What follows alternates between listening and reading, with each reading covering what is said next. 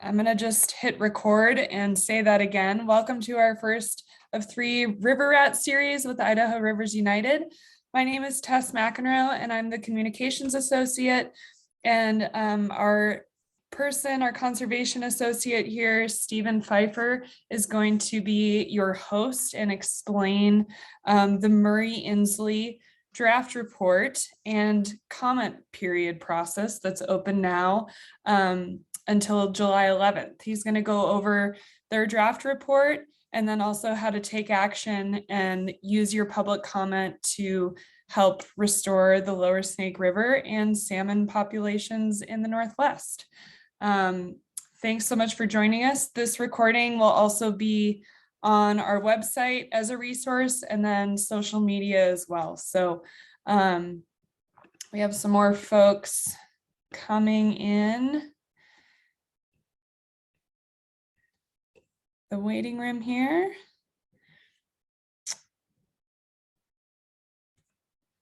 And we'll get started in just a sec. Great, yeah, thank you. As Tess mentioned, my name is Stephen. I'm the Conservation Associate here. Thank you all for hopping on in the middle of a workday. We'll be going over the Murray-Inslee Report and how you can take action on the report's findings. It's an exciting time for salmon steelhead right now. And we'll kind of break down the report for you here. So I'm going to go ahead and share my screen.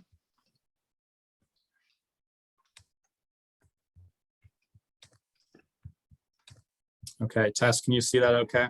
Yep, looks good. Okay. Great. So let's see if I can click through here. So this is the first in a series of 3 webinars. Tess, can you see that okay? Yes, looks good. Okay. Great. Great. So, Let's see if I can click through. Oh, I'm getting a little bit of weird feedback. Oh. I don't know if others are hearing that, maybe from the Facebook Live. There we I'm are. hearing myself talk. Is that better? Good for now. Yeah, Okay. I'll let you know if anything changes. Okay, thanks. Yeah, so I'll just start running through this breakdown here. So I'll kind of give an overview of where we're at with wild salmon right now. I'll recap recent political movements in the past few years that have changed the picture of the dam removal push and what it would mean to restore the lower Snake River. And then I'll dive into the Murray-Inslee Draft Report a little bit, which was released last Thursday, and give you all some talking points and hopefully encourage you to make a public comment on that report. It's a very important opportunity we have over the next month to really push the conversation forward around dam removal and recovering our salmon. So just a little bit of orientation. The 4 lower Snake River dams are on the eastern Washington, Idaho border, and there are also 4 federal dams below them on the lower Columbia River, making salmon's migration into and out of Idaho an 8-dam journey both ways. But of course, when they reach Idaho, they have access to all this wonderful habitat in the Clearwater and salmon drainages. Salmon populations, as many of you likely know, are not doing well. They are all in long-term decline, and they're really facing a biological bottleneck that's been in place ever since the hydro system of 8 dams on the lower Columbia and Snake Rivers was completed. We look towards a key recovery metric called smolt to adult return ratio, and regional goals say that salmon should be around 2 to 6%, which means 2 to 6 adults coming back for every 100 juvenile fish that go out to the ocean. Right now, our salmon are nowhere near that, as I'll cover in a few slides. Important research by the Nez Perce tribe has shown that the picture will likely get worse if we do nothing. Right now, just under half of our Chinook in the Snake River Basin are on what we call a quasi-extinction threshold, which means that outright extinction is imminent for these localized populations. By 2025, that number is predicted to jump up to 77%. And so we're really looking at, in the next decade, extinction for our wild fish if we don't do anything meaningful. As I was talking about this smolt to adult return picture, this graphic really displays it nicely, where you see fish going back to the clear water and to the salmon drainages are under 1%. Less than one adult fish is coming back for every 100 smolts or juvenile salmon that go out to the ocean. If you look at rivers further down the river, if you look at tributaries further down the river, like the Yakima or the John Bay, where fish only have to pass 3 or 4 dams, that SAR rate is higher. It's in the range of stable, even recovering in some cases for populations, while Idaho fish are on a trend toward extinction. Here's a breakdown of the latest numbers, which also kind of paint that picture. What you might notice is that this year, 2022, we have seen an uptick in salmon populations, mainly related to cooler temperatures, better ocean conditions. But a very important thing to realize is that when you look at 10-year averages, when you look at declines since the last 50 or 60 years, this uptick is not very meaningful and really part of a natural cycle of fluctuation that salmon populations go through. These graphs drive home that point. You can see what, in the case of spring summer Chinook, the population was at, and these 4 X's are the 4 lower Snake River dams coming online. And so if you look all the way to the far right and see the last few years of returns, that uptick that you may have been hearing about in the media and elsewhere is really not significant. We're still on a long-term trend toward decline, and that key recovery metric, smolt to adult returns, is still not where it needs to be. Same picture for our wild steelhead, and of course, a very grim picture for the sockeye, which are on the precipice of extinction. So that's kind of where we're at with salmon runs. In terms of the system of dams itself, it's really been a broken system. Our salmon are all ESA listed.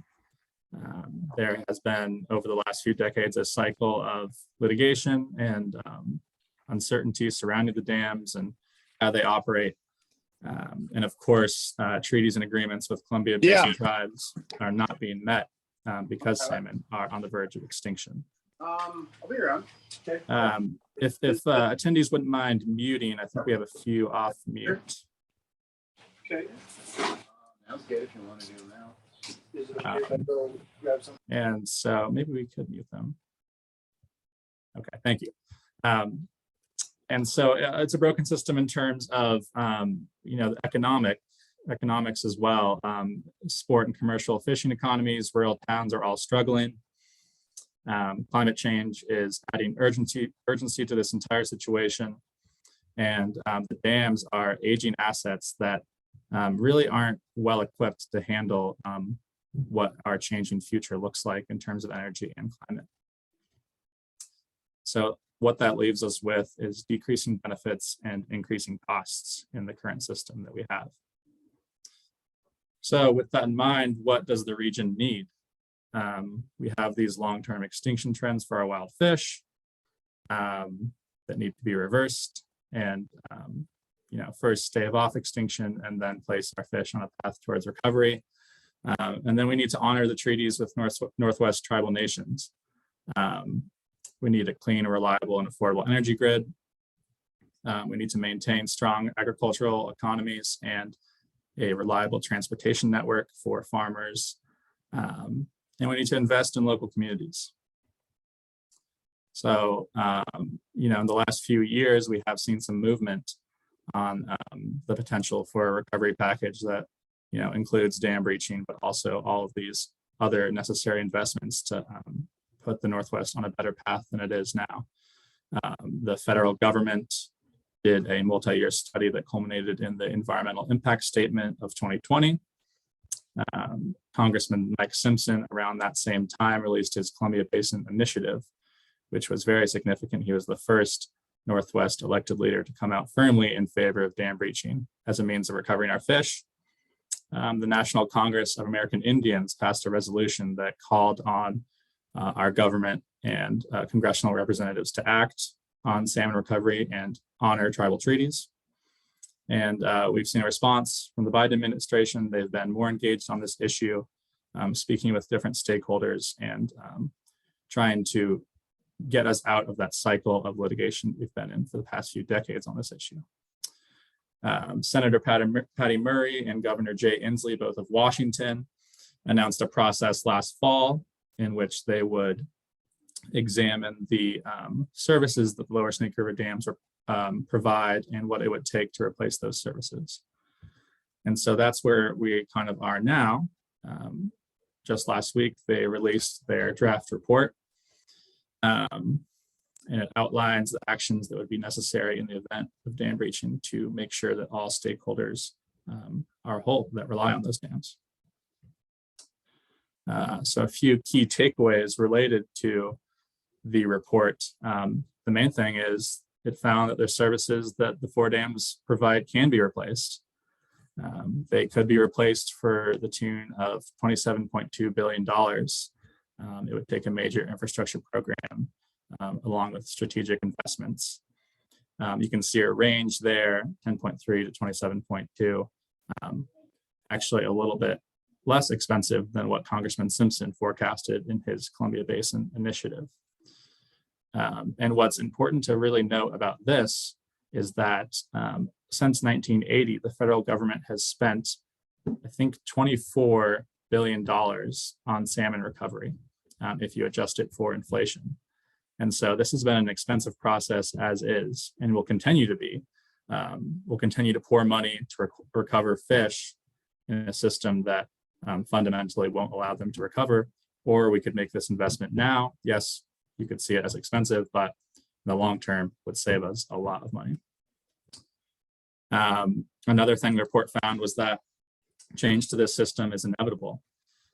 Dams are increasingly constrained by measures that require them to spill water in the spring to aid salmon migration, mandates to lower their in-river or really reservoir temperatures that become lethally hot for fish in the summer. And this has been perpetuated by the cycle of litigation surrounding the Endangered Species Act and salmon recovery. These dams are slated for billions in future maintenance and investment costs over the next few decades. And of course, the report also found that the dams have negative impacts to tribal communities, the environment, and our sport and commercial fishing industries. This graphic really illustrates, this is from the federal EIS of 2020, and it really illustrates that breaching offers the best chance of recovery for a fish. At the top, you can see the probability of salmon more or less going extinct. Their smolt to adult return ratio less than 1%. And those two options on the far right are the breaching alternatives that the report examined. And as you can see, it has the least probability of resulting in salmon extinction. Whereas on the bottom, those same two alternatives that include dam breaching have the highest probability of recovering our fish above that critical 2% SAR threshold, where populations really are starting to, or would start to be able to recover. And so that's kind of some of the science behind it that fortunately the Murray-Inslee Draft Report displays prominently. They mention nation-to-nation discussions between our federal government and Columbia Basin tribes. The quote from the report says, "These discussions further stress the pressing need of salmon restoration and that for the tribes, their past, present, and future is inextricably linked to the continued existence of salmon and the health of the rivers that support them, which is why the tribes experience profound consequences from the dwindling salmon runs." The report mentions the economic benefit of restoring salmon runs. They estimate that figure at $1 billion annually for the Columbia Basin if we are to recover our salmon fisheries to healthy and harvestable numbers. And also the benefit it would have for personal income and jobs.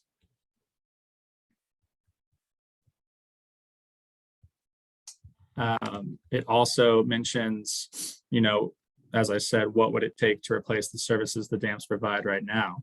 One of the main things that dams provide is a corridor through which farmers can move their grain down the river on barges. If the dams were to be removed before that would happen, grain transportation would move to rail and to highway systems, which would require upgrades to the infrastructure, to grain storage, to loading and unloading facilities for grain, while of course ensuring that those shipping costs remain competitive and affordable for the folks that rely on that, and then compensating for any economic loss related to dam breaching. The report also says that irrigated agriculture would have to have some investments go into it. Irrigated agriculture is mainly focused around Ice Harbor Dam, and so deepening some of those wells and making sure that those intake pipes can still get water from what would be a lower river would be important as well. The report also talks about energy replacement. And as I mentioned, it really finds that energy production, replacing the energy production of the 4 lower Snake River dams is possible. It's possible through a combination of wind power, solar power, battery storage technology, energy efficiency, and demand response measures. And what's important to note is these renewable technologies are already coming online, dam breaching or not. The reality of our energy grid is quickly changing as these technologies become more and more affordable. Obviously, in the event of dam breaching, it's important to maintain a clean, reliable, and affordable energy grid, and that is something that the report sees as feasible. And also analyze the economic and tourism impacts, as well as the opportunity that would be present, in the event of increased salmon runs without the dams. There is a quote that I like from Patty Murray and Jay Inslee. And it kind of sets up what they're looking for after this report. It says, every community in the Pacific Northwest knows the value and importance of our iconic salmon runs. And every community recognizes the importance of salmon to our economy and cultural heritage. We each remain firmly committed to saving our salmon. We also know that dams provide significant benefits to our region's economy and communities. In the coming weeks, we will carefully review and consider public input, tribal consultation, and other engagement from stakeholders before making any recommendations. And so next steps would be for you all to take action and provide public comment on this report. The comment period is open from June 9th to July 11th. You can visit lsrdoptions.org, which is the site that Murray and Inslee have set up to submit your comments. And you can also submit them through an email link you can find on that website. Included here are a few talking points. I won't run through them all, but if you're interested in making public comment, these points could guide you through that process. Mainly focusing on, yes, it's an expensive price tag if you look at it initially, but really when you look at the costs that have been sunk in already and the costs that we would have to put into this system in the future, this is a critical point where we can spend a little bit and the gains in terms of salmon recovery and all of that would be really significant.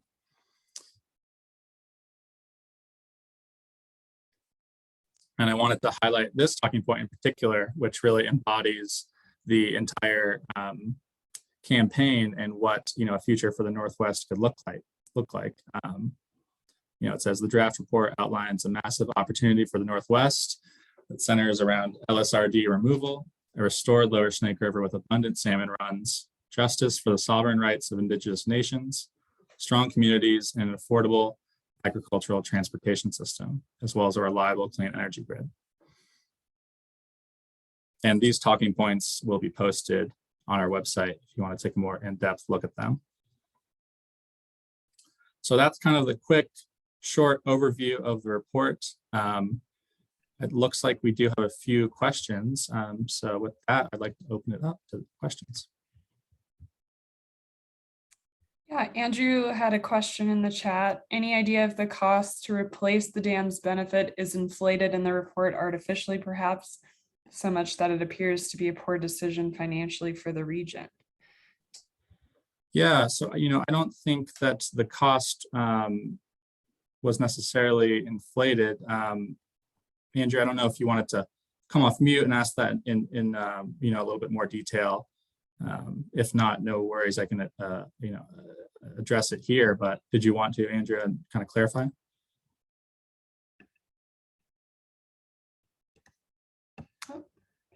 Trying to find how to unmute. Maybe not. Yeah. But really, what the report does is synthesizes the other extensive research that's been done by the federal government, as well as Congressman Simpson over the last few years. And that's where that figure for that cost comes from. And so, it's really important to realize that these dams are expensive aging assets right now. And that $24 billion, which is in 2022 money, is what we've spent on salmon recovery.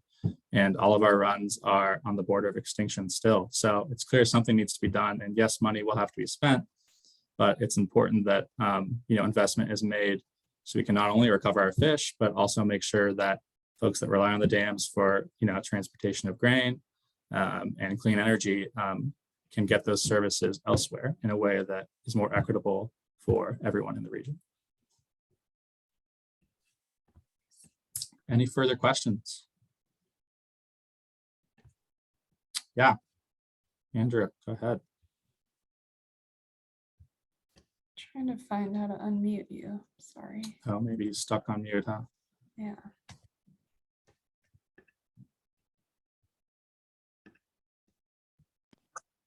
There we go. Can you hear me? Yeah. Yep. Hey, sorry, I'm on my cell phone watching this. No worries. So I don't have any of the figures in front of me, but I just, off the top of my head, I recalled something in Simpson's original proposal. I was reading some highlights on it, and he had touched on a lot of recreational opportunities. Whereas it seems like the Inslee and Murray report touches on, a reduction in recreational opportunities. Is that correct? And if it is correct, has anybody reviewed, where those two viewpoints compare and contrast? Yeah, I think one of the main differences in that price tag is Simpson, like you say, does investigate recreation a little bit more, as well as investment in local communities.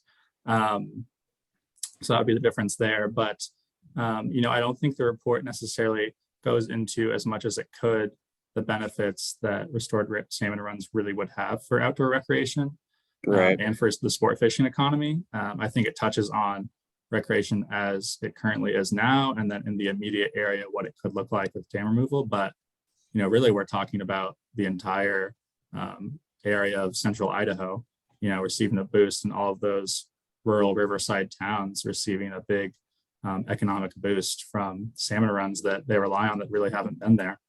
Yeah. Okay. Good question, though.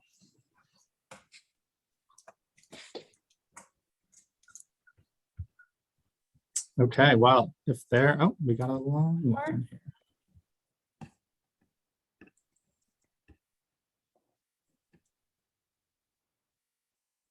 The comment, I think the key to promote is that we need to start addressing infrastructure as soon as possible, such that when the dams are breached in 10 years, the event will be a non-event in terms of the infrastructure. Prepare now, breach when ready. That's a great way to look at it. Yeah, thank you, John. And I think that's kind of what we are advocating for is, let's secure the congressional funding now, the investment now, and let's start building out these services, clean energy grid, refresh the rail line while we can, and then dam breaching will come along when it does. But it wouldn't be something that would happen suddenly and leave people in the lurch. I think that's important to realize is, as you say, if we invest now, we can make sure that dam breaching happens in a way that is inconsequential to at that point to the folks that traditionally rely on it. And so that's a good segue into the need to take action by commenting on this report, show your support. if you do find the report correct in its conclusions of dam breaching, and make sure that Murray and Inslee become strong salmon recovery and dam breaching advocates, because they've released this report that analyzes what it would take, but they themselves haven't officially recommended it as their position.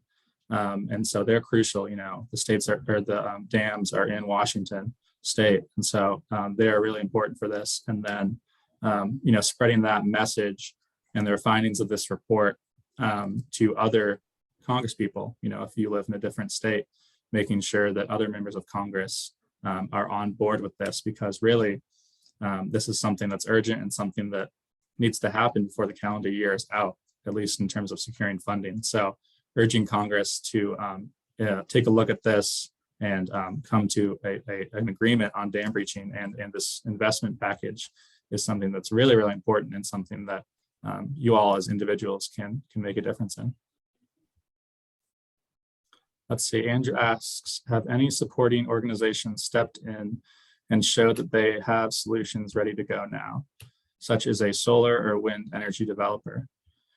No, I don't think in terms of an organizational level necessarily that's happened, but as I mentioned earlier, utilities are already planning for widespread solar and wind and battery storage technology to come online, just because in terms of cost, it's beating out hydro and it's beating out traditional fossil fuels. And so in their resource plans, they're forecasting the next decade or two rapid expansion of all clean energy technologies. And so the appetite is there, and so it's just a matter of pairing that with the need for salmon recovery, which both things are very feasible right now.